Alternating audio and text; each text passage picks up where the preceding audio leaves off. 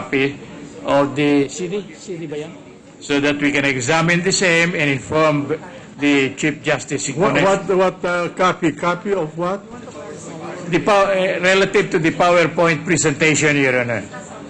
There are a lot of matters discussed in there, and we wanted enough time to examine them, verify its correctness and accuracy. But haven't you received a copy of the PowerPoint? Only the hard copy lang ba tawag doon?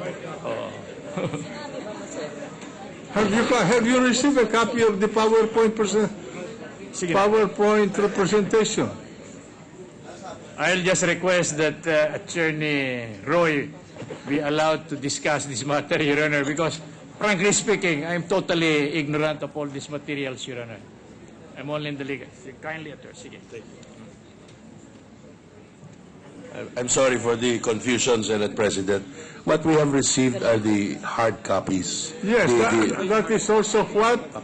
That is also what Yes. was requested by the prosecution and the Senate impeachment court. That is right. Your Honor. Now, but you were the one who presented the ombudsman as a witness. Why did you not ask a copy of the document that she was waving at you?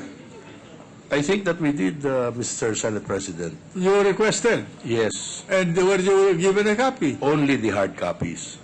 Only printouts. Yes. All of us were only given printouts. So we are requesting that perhaps we could ask the Ombudsman again to give us the soft copy to everyone. This will facilitate What do you mean soft copy? the actual program itself, Senate President. The program. The CD, yes. The disc. Can you communicate with the ombudsman? Who can communicate with the ombudsman? We were hoping that perhaps we could instruct the Secretariat. The clerk of court, Mr. President. The clerk of court is instructed to communicate immediately this afternoon with the office of the ombudsman so that we can get a Soft copies. soft copy. Electronic. Soft copy of the PowerPoint. Now, the report of the AMLA that she used was copied here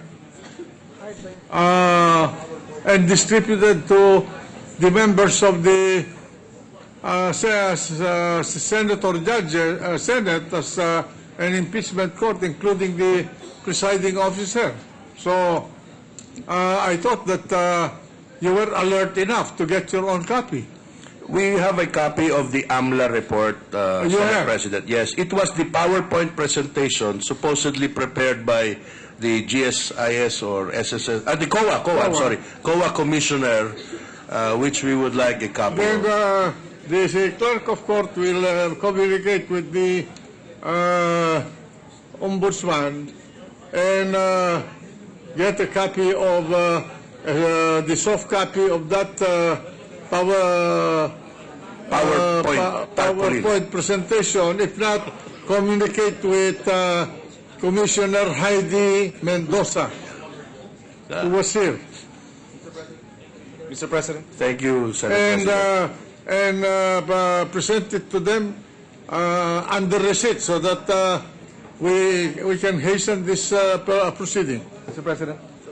Mr. President, may we also request that the soft copy be given to the senators? Because I have a copy of the... I would suggest that we will give first the defense so that they can prepare their case Yes. before we get a copy of that document for the users of the court.